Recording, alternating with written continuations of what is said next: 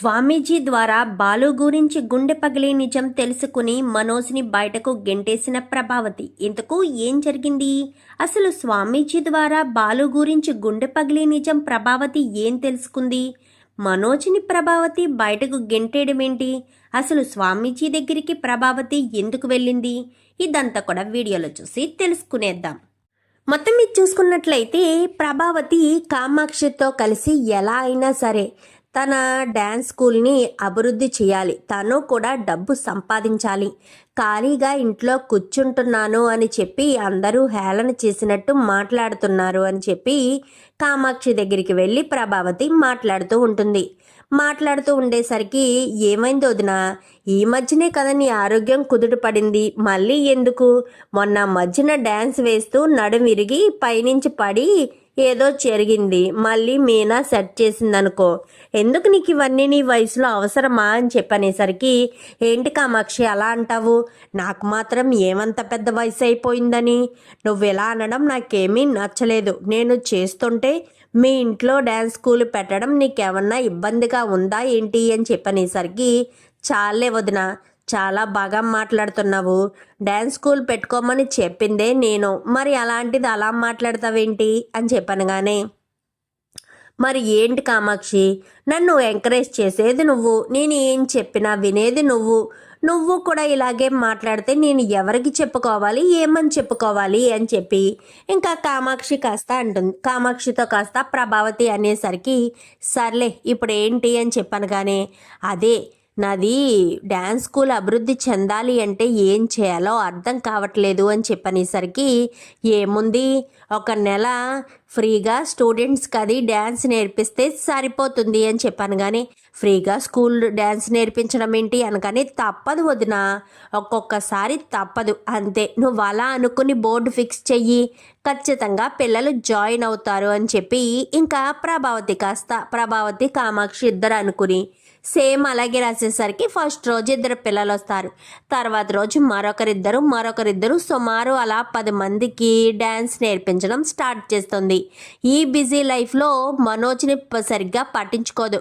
ఉదయాన్నే టిఫిన్ చేయడం, డ్యాన్స్ స్కూల్స్కి వెళ్ళిపోవడం, వచ్చిన వాళ్ళందరికీ డ్యాన్స్ నేర్పించుకోవడం, అమ్మయ్య అని ఇలా కూర్చునేసరికి కామాక్షి కాఫీ తీసుకురావడం, తర్వాత వాళ్ళిద్దరూ ఊసులు చెప్పుకోవడం, ఇదే లైఫ్ స్టైల్గా మారిపోతుంది ప్రభావితికి. అయితే ఇంకెలా మారిపోయేసరికి సడన్గా కామాక్షి అడుగుతుంది, అవునొదిన, ఈ మధ్యన మనోజ్ కనిపించట్లేదేంటి అనగానే, వాడు చాలా కష్టపడుతున్నాడు కదా, పెద్ద బిజినెస్ మ్యాన్ అయ్యాడు కదా అని చెప్పాను. కానీ ఏంటి, మీనా నగలు ఎత్తుకెళ్ళి తాకట్టు పెట్టుకోమని చెప్తే అవి అమ్మేసుకోవడమా, పెద్ద బిజినెస్ మ్యాను అనగానే, అదేంటి కామాక్షి అలా అంటావు అనగానే, మనలో మన మాట, మనోజ్ గాడు ఏమన్నా సాధించే టైపే అంటావా? మనోజ్ గారు దేన్నైనా సీరియస్గా తీసుకుంటాడా? దేన్ని సీరియస్గా తీసుకోడు. మరి అలాంటిది వాడు ఎలా అభివృద్ధి చెందుతాడు? ఏ రకంగా నువ్వు వాడి గురించి మాట్లాడుతున్నావో నాకు అర్థం కావట్లేదు అని చెప్పాను. కానీ అదేంటి కామాక్షి అలా మాట్లాడతావు, వాడు మాత్రం కష్టపడి పని చేయాలి అని అనుకోడా అని చెప్పాను. కానీ వాడు కష్టపడి పని చేయాలనుకుంటాడా? ఏ రకంగా ఫ్రీగా డబ్బులు వస్తాయో, ఖాళీగా కాలు మీద కాలేసుకుని హాయిగా ప్రశాంతంగా పడుకుందామా అని చూసేవాడు నీకు కష్టపడి పని చేస్తాడు. ఏంటి వదిన ఎలా మాట్లాడతావు అని చెప్పాను. కానీ మరి ఏం చేయాలి వదిన అని చెప్పనేసరికి, ఈ మధ్యనే ఊళ్ళోకి ఒక స్వామీజీ వచ్చారంట, ఒక్కసారి మనోజ్ని అక్కడికి తీసుకువెళ్తే బాగుంటుందని నా ఉద్దేశం అని చెప్పనేసరికి, మనోజ్ గాడిన అక్కడిక ఎందుకు వదినా అని చెప్పనేసరికి, సరే ఇప్పుడు మనోజ్ గాడికి ఫోన్ చెయ్యి, ఎక్కడికి రమ్మను, నీది ఎలా ఉంది అంటే, నీ ఫర్నిచర్ షాపు బాగానే ఉందా, బాగా లాభాలు వస్తున్నాయా, నువ్వు నిద్రపోకుండా బాగా సేల్ చేస్తున్నావా లేదా అడుగు. నువ్వు అడిగిన ప్రతి ప్రశ్నకు వాడు తడబడకుండా సమాధానాలు చెప్పాడే అనుకో, నేను ఒప్పుకుంటాను, వాడు పెద్ద బిజినెస్ మ్యాన్ అవుతున్నాడు, కష్టపడి పనిచేస్తున్నాడని. ఏ ఒక్క సమాధానం తడబడకుండా రాలేదే అనుకో, వాడిని ఖచ్చితంగా స్వామీజీ దగ్గరికి తీసుకువెళ్దాము అని చెప్పనేసరికి, సరే వదిన, పిలుస్తాను, ఇప్పుడే ఫోన్ చేసి పిలుస్తాను, వాడు గొప్పవాడు అని నీకు కూడా నిరూపణ చేస్తాను అని చెప్పి కామాక్షి కాస్త మనోజ్కి ఫోన్ చేస్తుంది. అప్పటికే మనోజు ఏ వాడు మామూలుగా సేల్స్ చేస్తూ ఉంటాడు కానీ ఆ మంచం ఎంత కాస్ట్ అయితే అంత కాస్ట్కి ఇచ్చేస్తాడు. అంటే అంటే మంచం ఇంతకని తీసుకుంటాడు, ఆ కాస్ట్ మర్చిపోతాడు. మర్చిపోయి కాస్ట్కి సేమ్ అంటే వాడు కొన్న దానికంటే తగ్గించే ఇచ్చేస్తాడు. తగ్గించి ఇచ్చేసిన తర్వాత ఆ మంచం ఫర్నిచర్ షాప్లోనే కాస్ట్లీ మంచం. అప్పుడే కరెక్ట్గా మంచం సేల్కి వెళ్తూ ఉన్న సమయంలో డీలర్ వస్తాడు. డీలర్ వచ్చి, ఏంటి సార్ ఆ మంచం ఇచ్చేస్తున్నారు, బాగా లాభం వచ్చినట్టుంది, ఎంత కమ్మారు, ఎంత, 1,00,000 కమ్మారా అని చెప్పనేసరికి, 1,00,000 రూపాయలేంటి, ఆ మంచం 60,000 కదా అని చెప్పాను. కానీ ఏంటి సార్ ఏం మాట్లాడుతున్నారు, ఆ మంచం నేను మీకు ఇచ్చిందే 80,000 రూపాయలకి, అది మీరు ఒక 20,000 లక్ష కమ్ముకోవచ్చు, మీరు అది కాకుండా 60,000 కమ్మారా, ఏంటి సార్ మీకు ఎలా అయితే లాభాలు కాదు నష్టాలు వస్తాయి అని చెప్పాను. కానీ ఏంటి డీలర్ గారు ఏం మాట్లాడుతున్నారు అని చెప్పాను. కానీ అదే కదా మరి, మీకు అంత మంచాలు తేడా తెలియకపోతే ఫర్నిచర్ పక్కన ఏదో పక్కన డబ్బులు ఎంతో కొంత కోడ్ రూపంలో రాసుకోండి, మీకే తెలుస్తుంది. సర్లేండి, అమౌంట్ సాయంత్రం తీసుకొచ్చి ఆఫీసులో ఇచ్చేసి వెళ్ళండి అని చెప్పి ఇంకా డిస్ట్రిబ్యూటర్ కాదే డీలర్ కాస్త వెళ్ళిపోతాడు. వెళ్ళిపోయేసరికి ఇలా జరిగిందేంటి, 80,000 రూపాయలు కొన్న మంచం నేను 60,000కే ఇచ్చేసానా, అలా ఎలా పొరపాటు పడ్డాను, నిజంగా నాకు ఎవరో శత్రువులు ఉన్నారు, నా నెత్తి మీద శనిగాడు ఉన్నాడు అని చెప్పి అనుకుంటూ బాధపడుతూ ఉన్న సమయంలో ప్రభావతి ఫోన్ చేస్తుంది మనోజ్కి. ఫోన్ చేసేసరికి, ఒరే ఏం చేస్తున్నావురా అని చెప్పాను. కానీ ఇంకెక్కడ ఉంటాను, ఫర్నిచర్ షాప్లోనే ఉన్నాను అని చెప్పాను. కానీ అవునా, ఇప్పుడు ఇంటికి రావడం కుదరదా అని చెప్పనేసరికి, ఇప్పుడు ఎలా కుదురుతుంది, ఇప్పుడు కుదరదమ్మా అని చెప్పాను. కానీ ఇప్పుడు కుదరదంట కామాక్షి అని చెప్పనేసరికి, సర్లే సాయంత్రం వచ్చాక అప్పుడు రమ్మని చెప్పు అని చెప్పాను. కానీ అయితే సాయంత్రం తొందరగా వచ్చేస్తావా అని చెప్పనేసరికి, వచ్చేస్తానులే అని చెప్పి ఫోన్ పెట్టేస్తాడు. ఇంతకీ అమ్మ ఎందుకు రమ్మంది అని ఆలోచించుకుంటూ ఉండగానే, ఏంటొదినా వాడి మాటల్లో ఏదో బాధ కనబడుతుంది అనగానే, అలాంటిదేమీ ఉండదు వదిన, నువ్వే పొరపాటు పడుతున్నావు, ఎప్పుడు వాడి మీదే నీ కంటి చూపు ఉంటుంది అని చెప్పాను. కానీ అవును మరి, వాడే తేడా కాబట్టి, బాలుగాడు ఇటు రవిగాడు కూడా కష్టపడతారు కానీ వాడే ఫ్రీగా ఎలా వస్తే బాగున్నా అని చూస్తాడు.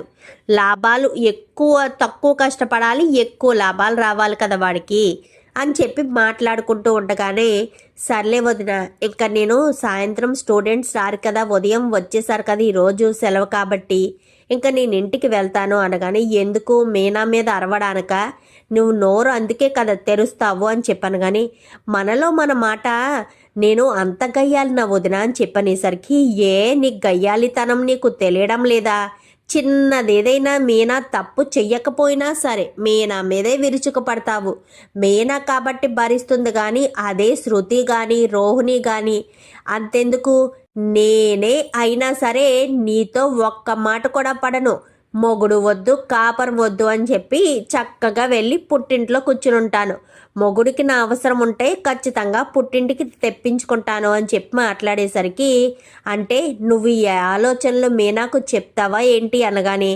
నేను మీనాకు ఎలాంటి ఆలోచనలు చెప్పినా ఎలాంటి సలహాలు ఇచ్చినా ఏమంటుందో తెలుసా మీనా అని చెప్పాను. కానీ ఏమంటది, నన్ను ఏదైనా చేయమంటదా, చిచ్చి ఎప్పుడు నీ బుద్ధి ఇంతే, మీనా అలాంటి మనిషి కాదు, కాపురం అన్నాక కలహాలు, అత్తగారన్నాక మాట అనక తప్పదు పిన్ని, అన్నీ అడ్జస్ట్ అయి బ్రతకడమే జీవితం, భర్త కాపురం అత్తవారిల్లు కావాలనుకుంటే అత్తగారన్న మాటలు ఏవైనా సరే పడవలసిందే అంటూ అడ్జస్ట్మెంట్ అవ్వాలి అని చెప్తుంది. అది మీనా అంటే, నీ మీనాకు ఎప్పటికీ మంచి ఆలోచనే ఉంటుంది తప్ప నీలా ఇలాంటి పిచ్చి ఆలోచన ఉండదు అనేసరికి, అంటే నా ఈ పిచ్చి ఆలోచనలా, ఒక రకంగా చెప్పాలంటే నువ్వు మీ అత్తగారికి భయపడ్డావో లేదో కానీ మీ అత్తగారు కనుక నిన్ను ఇదే టార్చర్ పెట్టుంటే ఎప్పుడో మా అన్నయ్యను వదిలేసి నాకు కాపురం వద్దు ఏమొద్దని వెళ్ళిపోయేదానివి.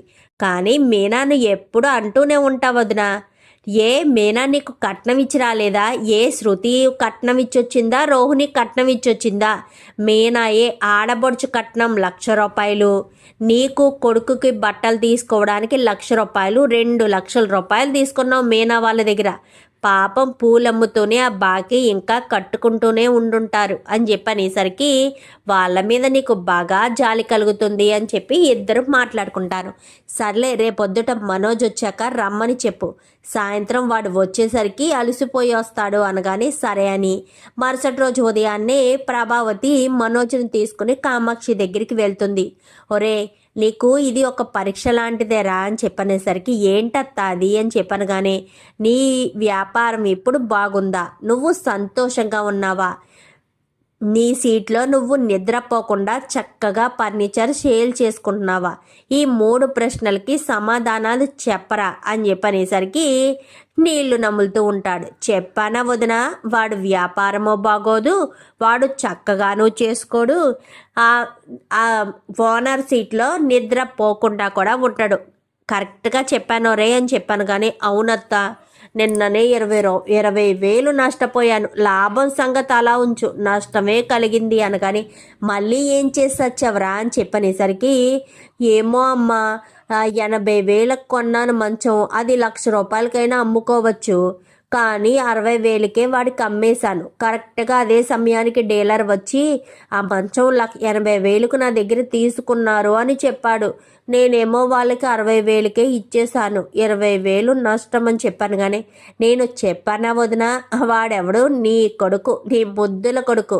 నువ్వు గారాబం చేసి వాడిని ఎలా తయారు చేశావు అని చెప్పి మాట్లాడుతూ ఉంటాను. సర్లే మనం ఒక స్వామీజీ దగ్గరికి వెళ్ళాలి, ఎప్పుడు ఖాళీ అవుతుంది నీకు అని చెప్పాను. కానీ ఎందుకమ్మా అని చెప్పనేసరికి వెళ్ళాలి అని చెప్పానా, స్వామీజీ దగ్గరికి వెళ్ళి తీరాల్సిందే అని చెప్పనేసరికి స్వామీజీ దగ్గరకా, దేనికోసం వెళ్ళాలి, ఎందుకు వెళ్ళాలి అని చెప్పాను. కానీ పనుందరా వెళ్ళాలి అని చెప్పనేసరికి అవునా సర్లే నేను కొంచెం ఆఫీస్కి వెళ్ళి ఒకసారి చూసుకుని వస్తాను అనేసరికి సరే మేము రెడీ అయి ఉంటాము, నువ్వు త్వరగా రా అని చెప్పి ఇంకా ప్రభావతి కామాక్షి ఇద్దరు రెడీ అయి ఉంటారు. మనోజ్ వస్తాడు. రావడంతో ముగ్గురు వెళ్తారు. వెళ్ళేసరికి ఆ స్వామీజీ ఎలాంటి వాళ్ళంటే మనిషిని చూడడంతో మనిషి బుద్ధి ఏంటి, మనిషి చేసిన తప్పేంటి అన్నీ చెప్పగలరు, అంత మహిమ గల స్వామీజీ మాట. సో అక్కడికి వెళ్ళిన తర్వాత ముగ్గురు పూజలో కూర్చుంటారు. ముగ్గురు కూడా కూర్చునేసరికి ఎవరికి ఏం చెప్పాలమ్మా అనగానే స్వామీజీ, ఈయన నా కొడుకు, ఏం చేసినా కానీ కలిసి రావడం లేదు, ఎప్పుడు ఏదో ఒకటి జరుగుతూనే ఉంటుంది, ఇంట్లో ఏదైనా గొడవలు ఉన్నాయి, ఏదైనా సమస్య ఉంది, నేనేదైనా ఇబ్బంది పడుతున్నాను అంటే ఖచ్చితంగా కారణం వీడే అవుతున్నాడు. ప్రతి ఒక్క సమస్యని వీడే నెత్తినేసుకొచ్చి నా నెత్తిన పడేస్తున్నాడు అనేసరికి అర్థమైందమ్మా, అర్థమైంది, ఆ చెయ్యి ఎలా ఇవ్వు బాబు అని చెప్పనేసరికి ఇవ్వరా చెయ్యి అని చెప్పనగానే చెయ్యి కాస్త ఇచ్చేసరికి ఆ చెయ్యి చూడడంతో మొహం కూడా చూసి ఒక్కసారిగా షాక్ అయిపోతాడు. ఏం చేశావు రా అని చెప్పనేసరికి నేనేం చేశాను స్వామి, నేనేం చేయలేదు అనగానే నువ్వు తప్పు చేశావు, కరెక్ట్గా 15 సంవత్సరాల క్రితం తప్పు చేశావు, ఆ తప్పే నిన్నింకా వెంటాడుతూ ఉంది అని చెప్పి మాట్లాడేసరికి ఏంటి స్వామి ఏమంటున్నారు, వాడు 15 సంవత్సరాల క్రితం చేసిన తప్పు వెంటాడుతుందా అని చెప్పనగానే తన అన్నను పొట్టన పెట్టుకున్న పాపం ఇంకా వాడిని వెంటాడుతూనే ఉంది అని చెప్పనేసరికి ఒక్కసారిగా మనోజ్ షాక్ అయిపోతాడు. ఏంటి, వాడన్నను వీడు పొట్టను పెట్టుకున్నాడా అని చెప్పాను. కానీ తప్పు చేసింది ఒకరు, శిక్ష అనుభవించింది ఒకరు. శిక్ష అనుభవించలేనంత మాత్రాన చేసిన తప్పు ఒప్పైపోదు, శిక్ష అనుభవించినంత మాత్రాన తప్పు చేసిన వాడు కాడు అని చెప్పనేసరికి ఏంటి స్వామి ఏమంటున్నారు అని చెప్పనేసరికి నీ పెద్ద కొడుకు ప్రాణాలు పోయాయా లేదా అని చెప్పాను. కానీ అవును స్వామి పోయాయి, అది ఆ బాలుగాడే నా పెద్ద కొడుకుని నీళ్ళల్లోకి తోసేశాడు అనగానే అబద్ధం, నువ్వు అబద్ధం ఆడుతున్నావు, నీకు నిజాలు తెలియక అబద్ధం ఆడుతున్నావు, నిజాలు తెలుసుకున్న రోజు నువ్వు కుమ్మిలి కుమ్మిలి ఏడుస్తావు అని చెప్పనేసరికి ఏంటి స్వామి నిజాలేంటి, వాడే నీళ్ళల్లోకి తోసేశాడు, ఆ మాట చెప్పింది వీడే అని చెప్పాను. కానీ నీ కొడుకు ఎలాంటి వాడో నీకు తెలీదా, ఒక వ్యక్తి ప్రాణాలు తీసే మనస్తత్వం నీ కొడుకుకు ఉందా అని చెప్పనేసరికి, అంటే ఏంటి స్వామి, వాడు పెద్ద రౌడీ కదా స్వామి అని చెప్పనేసరికి, రౌడీ అయిన మనిషి ప్రాణాలు తీసే మనస్తత్వం కాదు నీ కొడుకుది. తప్పు ఒక కొడుకు చేస్తే శిక్ష మరొక కొడుకు జరిగింది అని చెప్పనేసరికి, ఏంట్రా నీళ్లు నములుతున్నావు, నువ్వు 15 సంవత్సరాల క్రితం చేసిన మీ అన్న హత్య వల్లే నీకు పాపం వెంటాడుతుంది. వద్దు వద్దు అని ఎంత చెప్తున్నా వినిపించుకోకుండా వాణ్ణి నీళ్ళల్లోకి తోసేసింది నువ్వే కదా అని చెప్పనేసరికి ఒక్కసారిగా షాక్ అయిపోతుంది ప్రభావతి. ఇదేంటి నా కళ్ళకి కట్టినట్టు చూసినట్టు చెప్పేస్తున్నాడు అని చెప్పి అనుకుంటూ ఉండగానే, ఏంటొదినా నిజమా, ఏంటి పెద్దోడిని తోసేసింది మనోజ్ కాడా? స్వామీజీ అంతా కరెక్ట్గానే చెప్తారు వదిన, ఆయన అబద్ధం చెప్పరు, ఉన్నది ఉన్నట్టు చెప్పేస్తారు. కళ్ళకి కట్టినట్టుగా ఆయనకు అన్ని విషయాలు కనిపిస్తాయి. మన జీవితంలో ఏదైనా తప్పులు చేస్తే ఆ తప్పులన్నీ కూడా స్వామీజీకి క్లియర్గా కనిపిస్తాయి వదిన, చెప్ప వదిన అని చెప్పనేసరికి, నాకేం తెలుసు వదిన, మనోజే చెప్పాడు బాలుయే నీళ్ళల్లోకి తోసేశాడని. అది నిజమని నమ్మే నేను వాడిని పోలీసులకు అప్పగించాను అని చెప్పనేసరికి, ఎప్పటికైనా చెప్పరా మూర్ఖుడా, తప్పు ఎవరు చేశారా, ఎవరు చేశారు అంటూ ఇంకా ఆయన నొసటున ఇలా బొట్టు పెట్టి ఒక కాయిన్ పెట్టేసేసరికి, చెప్తాను అంటూ మొత్తం విషయం అంతా కూడా చెప్పేస్తాడు. ఎందుకంటే ఆ కాయిన్ పెట్టిన తర్వాత అబద్ధం చెప్పడానికి మాట దాటేయడానికి అవకాశం ఉండదు. ఖచ్చితంగా నిజాలు చెప్పేవలసిందే. మొత్తం విషయం అంతా కూడా అన్నయ్య వద్దు వద్దు అంటున్నా, నేనే స్విమ్మింగ్ క్లాస్కి వెళ్తున్నావు కదా అని నీళ్ళల్లోకి తోసేశాను. పాపం బాలు అన్నయ్యని కాపాడడానికి ఎంతగానో ప్రయత్నం చేశాడు. కానీ వాడు చిన్నవాడిగా ఉండడం వల్ల కాపాడలేకపోయాడు. అసలే అమ్మకు వాడంటే ఇష్టం లేదు కాబట్టి వాడి మీదకి పాపం నెట్టేస్తే ఎలాంటి గొడవ ఉండదు కదా. నన్ను అమ్మ ప్రేమగా చూసుకుంటుంది అన్న ఉద్దేశంతోనే అప్పుడు నేను అమ్మ కోపాన్ని తట్టుకోలేక బాలుగాడి మీదకి నెట్టేశాను. కానీ పాపం బాలు వాడు నోరెత్తి నేను కాదు అన్నయ్యే తోసేశాడు అన్న మాట కూడా చెప్పలేదు. సైలెంట్గా వాడు శిక్షను అనుభవించాడు అని చెప్పేసేసరికి ఇంకా నొసట మీద ఉన్న కాయిన్ తీసేసేసరికి మామూలు మనిషి అయిపోతాడు. మామూలు మనిషి అయిపోయేసరికి ఒక్కసారిగా ప్రభావతికి గుండెల్లో దుఃఖం మామూలుగా పొంగుకురాదు. ఎందుకంటే చిన్నప్పుడు ఏదో బాలుకి జాతక దోషం ఉంటుంది. ఆ తర్వాత ఎప్పుడైతే వాళ్ళ పెద్ద కొడుకుని నీళ్ళల్లోకి తోసేశాడు అన్న పగే కదా ఉంది ప్రభావతికి. ఆ పగతోనే కదా వాడిని దూరం పెట్టి వాడికి అసలు ఏ విషయం అంటే వాడికి ఎంతో బాధను కలిగించింది, వాడిని ఎంతగానో వేదన వచ్చేటట్టు చేసింది. ఇంకా అంత బాధ కలిగేసేసరికి ప్రభావతికి ఇంకా ఏం చేయాలో అర్థం కాని పరిస్థితిలో చాలా బాధపడుతుంది. చాలా బాధపడిపోయేసరికి ఇంకా ఏం మాట్లాడకుండా వదిన అని చెప్పాను. కానీ స్వామి కరెక్ట్గా చెప్పారు స్వామి, చాలా థ్యాంక్స్ స్వామి అని చెప్పి ఇంకా స్వామీజీకి నమస్కారం చేసుకుని, అంటే ప్రభావతి అక్కడి నుంచి ఏ రకంగా వెళ్తుందో కూడా తెలియని పరిస్థితిలో వెళ్ళిపోతుంది. కానీ కామాక్షి ఉండడం వల్ల కామాక్షి డబ్బులు ఇచ్చి స్వామీజీ వారికి నమస్కారం చేసుకుని క్షమించండి స్వామి అని చెప్పాను. కానీ ఒక తల్లి హృదయం అర్థం చేసుకోగలను. తను ఎవరినైతే తప్పుడు మనిషి అనుకుందో ఆ మనిషి తప్పు చెయ్యని మనిషి అని తెలిసిన తర్వాత తన విషయంలో అమ్మ చేసిన తప్పులన్నీ గుర్తు తెచ్చుకొని ఎంతగా క్షోభపడుతుందో అర్థం చేసుకోగలను అని చెప్పి స్వామీజీ వెళ్ళమని చెప్తాడు. వెళ్ళమనేసరికి వదిన అని చెప్పి ప్రభావతిని భుజం మీద చేయి పట్టుకుని ఆటో అని పిలిచి ఇంటికి తీసుకువెళ్తుంది.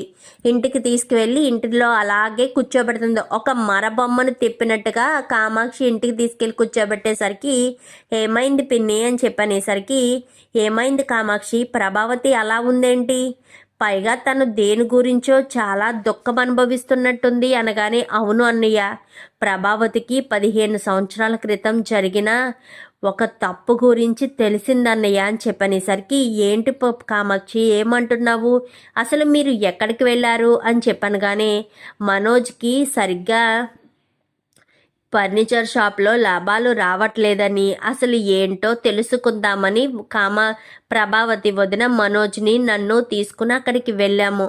ఆ స్వామీజీ మనోజ్ చెయ్యి చూడడంతోటే మాకెవ్వరికీ తెలియని గుండె పగిలి నిజాన్ని చెప్పాడన్నయ్య.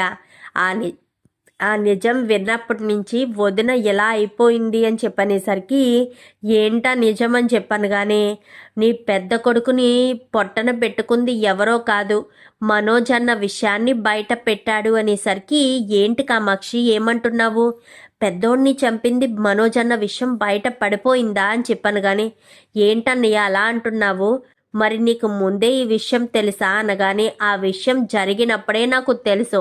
నేను బాలుని అడిగినప్పుడు నేను కాదు నాన్న, మనోజ్ అన్నయ్యే తోసేశాడు అని చెప్పాడు. అప్పుడే చెప్దామనుకున్నాను, కానీ చెప్పే పరిస్థితి లేదు. వాడు చెప్పొద్దని మాట తీసుకున్నాడు. ప్రభావతి వాడిని ఎంత దూరం పెట్టినా వాడికి ఎప్పుడూ ఒక కొడుకులా వాడి మీద ప్రేమ పంచకపోయినా వాడు మాత్రం నిజాన్ని మాత్రం చెప్పనివ్వలేదు. ఎన్నోసార్లు చెప్పడానికి ప్రయత్నించాను కానీ వద్దు, తట్టుకోలేదు అని చెప్పి వాడు చెప్పనివ్వలేదు. ఇప్పుడు ఆ నిజం ఎలా బయటపడిందన్నమాట అని చెప్పనేసరికి, అంటే ఇప్పుడు అత్తయ్యకి నిజం తెలిసిపోయిందా మామయ్య అని చెప్పాను. కానీ ఏంటి మీనా ఈ నిజం నీకు కూడా తెలుసా అని చెప్పాను. కానీ మామయ్య గారు నాకు ఎప్పుడో నా భర్త గురించి చెప్పారు పిన్ని అని చెప్పనేసరికి ప్రభావతి వదినే ఇలా ఆ మాట వినడంతో షాక్ అయిపోయింది. ఇప్పుడు ఏమవుతుందో ఏంటో అని చెప్పి అనుకుంటూ ఉండగానే ఈలోపు బాలు వస్తాడు. బాలు రావడంతో ఏమైంది, ప్రభావతమ్మ ఏంటి అలా ఉంది అని చెప్పనేసరికి, నువ్వు తప్పు చేయలేదు, మీ అన్నయ్యే తప్పు చేశాడు అన్న విషయం తెలుసుకుందిరా మీ అమ్మ అని చెప్పాను. కానీ తప్ప ఏం తప్పు అని చెప్పాను. కానీ మీ అన్నయ్య విషయంలో జరిగిన తప్పు అని చెప్పనేసరికి, ఏంటి అమ్మక నిజం అసలు ఎవరు చెప్పారు? ఏంటి నాన్న నిజం చెప్పొద్దు అని చెప్పాను కదా, అమ్మ తట్టుకోలేదు అని చెప్పాను కదా అని చెప్పాను. కానీ మీ అమ్మ కానీ మీ ఆవిడ కానీ చెప్పలేదురా, స్వామీజీ చెప్పారు అని చెప్పనేసరికి, అవునా అమ్మ అని చెప్పాను. కానీ ఇంకా అప్పుడు మామూలు మనిషి అవుతుంది. బాలు అంటూ ఇంకా తన 2 చేతులు బాలు బొగ్గల మీద వేసి ఎంతగానో ఏడుస్తూ ఉంటుంది. మరి నువ్వు చెయ్యని తప్పుకు ఎందుకురా శిక్ష అనుభవించావు? ఏ రోజు కూడా నువ్వు ఇంటికి వచ్చే వరకు కూడా నేను నిన్ను తల్లిలా చూడలేదు కదరా. ఇంటికి వచ్చిన తర్వాత కూడా నిన్ను ఎన్నో మాటలు అన్నాను. మరి అప్పుడెప్పుడు కూడా నేను తప్పు చేయలేదమ్మా అన్న మాట చెప్పలేకపోయావేంట్రా అని చెప్పి ప్రభావతి ఎంతగానో ఏడుస్తూ ఉంటుంది. నువ్వెలా బాధపడకూడదనే ఉద్దేశంతోనేనమ్మా నేను చెప్పకుండా నిజాన్ని దాచిపెట్టాను. నువ్వెలా కుమిలిపోతూ ఉంటే నేను చూస్తూ ఎలా ఉండగలను? అందుకే నేను నిజాన్ని చెప్పకుండా నాలోనే దాచుకున్నాను. మా అమ్మే కదా నన్ను అనేది, ఎలా అయితే ఏంటి, మా అమ్మ నన్ను అంటే నేనెందుకు బాధపడాలి అన్న ఉద్దేశంతోనే నేను బాధపడ్డాను అనేసరికి ఈలోపు మనోజ్ గారు రాని వస్తాడు. మనోజ్ రావడంతో ఆగరా, నువ్వు అక్కడే ఆగు, ఒక్క క్షణం కూడా నువ్వు ఇంట్లో ఉండడానికి వీల్లేదు, తక్షణమే నువ్వు రోహిణి ఇంట్లోంచి వెళ్ళిపోండి అని చెప్పనేసరికి, ఏం జరిగింది అత్తయ్య అనగానే, నా పెద్ద కొడుకు ప్రాణాలు తీసిన వీడు ఇంట్లో ఉండడానికి అస్సలు ఒప్పుకోను. పైగా నిజాన్ని దాచిపెట్టి వాడు చేసిన తప్పుని వాళ్ళ తమ్ముడి మీదకి నెట్టేశాడు కదా. ఇన్ని సంవత్సరాలు వీడిని నేను నెత్తి మీద పెట్టుకున్నాను. వీడే నా పెద్ద కొడుకుని ప్రాణాలు తీశాడు అన్న విషయం తెలిసాక వీడిని చూస్తేనే నాకు అసహ్యం కలుగుతుంది. ఒక్క క్షణం కూడా వీడి ఇంట్లో ఉండడానికి వీల్లేదు అంటూ ఇంకా ప్రభావతి కాస్త మనోజ్ని మెడపట్టి బయటకు గెంటేస్తుంది. అమ్మా నేను చెప్పేది వినమ్మా అని చెప్పాను. కానీ చిచ్చి, నీ మాట నేను వినడమా, నిన్ను నమ్మడమా? ఎప్పటికీ ఆ పని చెయ్యను. నువ్వు ఇంత దుర్మార్గుడువని కలలో కూడా అనుకోలేదురా. పాపం బాలు ఏ రోజైనా తల్లిలా చూశానో రే. అయినా సరే నీకు వాడి మీద ఎప్పుడూ స్వార్థ బుద్ధే. వాడిని ఎప్పుడూ ముంచేయాలని చూసే మనస్తత్వం నీది. చిచ్చి, నీలాంటి వాడు నా కడుపుని ఎలా పుట్టాడ్రా అనుకుంటూ ప్రభావతి కాస్త వాడిని బయటకు నెట్టేసి ప్రభావతి లోపలికి వచ్చేస్తుంది. చూద్దాం మరి రాబోయే ఎపిసోడ్స్లో ఈ రకంగానే ప్రభావతి నిజం తెలుసుకుని మనోజ్ని ఇంట్లోంచి బయటకు గెంటేయాలని మీరు కూడా కోరుకుంటే వీడియో నచ్చితే లైక్ చేసి ఛానల్ని సబ్స్క్రైబ్ చేసుకోండి. Thank you for watching.